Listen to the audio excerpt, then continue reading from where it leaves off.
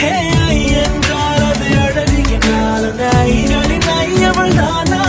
ஹே ஐ என்றால் அது கடவுள் என்றால் அந்த கடவுளின் துகள் அவள் தானா?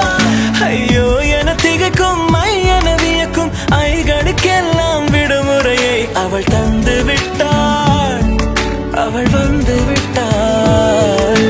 பூக்களே சற்று ஓய்வெடுங்கள், அவள் வந்து விட்டாள், அவள் வந்து விட்டாள்.